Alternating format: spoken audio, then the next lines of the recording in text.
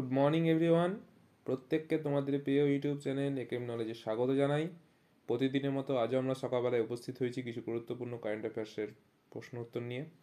তো গতকাল আমরা 4 জানুয়ারি কারেন্ট অ্যাফেয়ার্স নিয়ে আলোচনা করেছিলাম, আজকে আমরা 5 জানুয়ারি কারেন্ট অ্যাফেয়ার্স নিয়ে আলোচনা করব। তো প্রথম আজকে ইম্পর্টেন্ট কোশ্চেনগুলোর মধ্যে প্রথম কোশ্চেন কী আছে 5 জানুয়ারি, যে জাতীয় পাখি দিবস কবে পালন করা হয়? জাতীয় পাখি দিবস কবে পালন করা হয়? 5 জানুয়ারি, মানে 5ই জানুয়ারি জাতীয় পাখি দিবস পালন করা হয়। আর গতকাল আলোচনা করেছিলাম 4 জানুয়ারি কি দিবস আলোচনা করা হয়? ব্রেল দিবস, লুইস ব্রেলের জন্মবার্ষিকী উপলক্ষে। এগুলো মনে রাখতে হবে। নেক্সট কোশ্চেন হচ্ছে ইম্পর্টেন্ট আজকে, যে নৃত্যকলা নিধি পুরস্কার জিতলেন কোন ক্লাসিক্যাল নৃত্যশিল্পী? নৃত্যকলা নিধি পুরস্কার জিতলেন কোন ক্লাসিক্যাল নৃত্যশিল্পী? এটার অ্যান্সার হবে বসন্তলক্ষ্মী নরসিংহচারী। বসন্তলক্ষ্মী নরসিংহচারী, এবং তিনি একজন ক্লাসিক্যাল নৃত্যশিল্পী।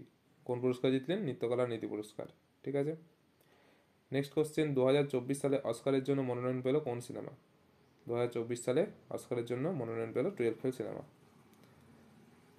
নেক্সট কোশ্চেন হচ্ছে, প্রথম ইউরোপিয়ান দেশ হিসাবে ডিজিটাল সেনগেন ভিসা লঞ্চ করলো বা ইস্যু করবে, একই, কে? মানে কোন দেশ? মানে ইউরোপিয়ান দেশ তো অনেক কটা আছে, তার মধ্যে থেকে কোন দেশ ডিজিটাল সেনগেন ভিসা ইস্যু করবে? এটার অ্যান্সার হবে ফ্রান্স।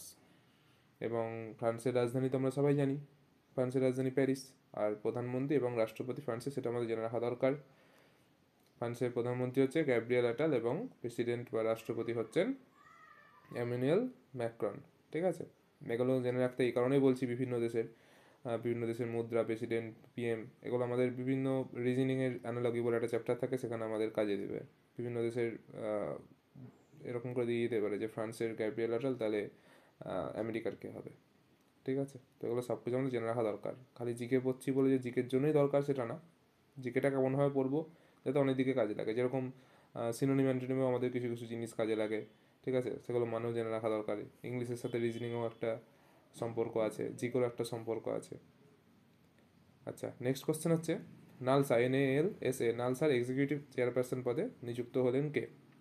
নালসার এক্সিকিউটিভ চেয়ারপারসন পদে নিযুক্ত হলেন সঞ্জীব খান্না। এবং নালসার আমাদের ফুল ফর্মটা জেনে রাখা দরকার। ফুল ফর্ম হচ্ছে national legal service authority. National legal service authority. ঠিক আছে। নেক্সট এবং আজকে সম্ভবত লাস্ট কোশ্চেন, যে Pubity male athlete of the year award জিতলেন কে? Pubity male athlete of the year award জিতলেন 2023 সালে বিরাট কোহলি। ঠিক আছে, তো আজকের মতো এই কটাই ইম্পর্টেন্ট কারেন্ট অ্যাফেয়ার্স ছিল। অনেক ইম্পর্টেন্ট কারেন্ট অ্যাফেয়ার্স তোমরা বিভিন্ন চ্যানেলে বিভিন্ন জায়গায় হয়তো পাবে, তো আমি তার মধ্যে থেকেও বাছাই করা যেগুলো আমি নিজে নোটস করি, সেগুলোই আমি তোমাদের সবার সাথে শেয়ার করি, যাতে আমার যদি উপকার আসে তোমাদের উপকার আসবে, সেই হিসাবে আমার সেগুলো ইম্পর্টেন্টগুলো বাছাই করে তোমাদের সাথে শেয়ার করা। তো ভালো লাগলে ভিডিওটি পুরোটি দেখবে এবং লাইক কমেন্ট শেয়ার করতে ভুলবে না। আর চ্যানেলে নতুন হয়ে থাকলে অবশ্যই সাবস্ক্রাইব বাটনটা প্রেস করে দেবে।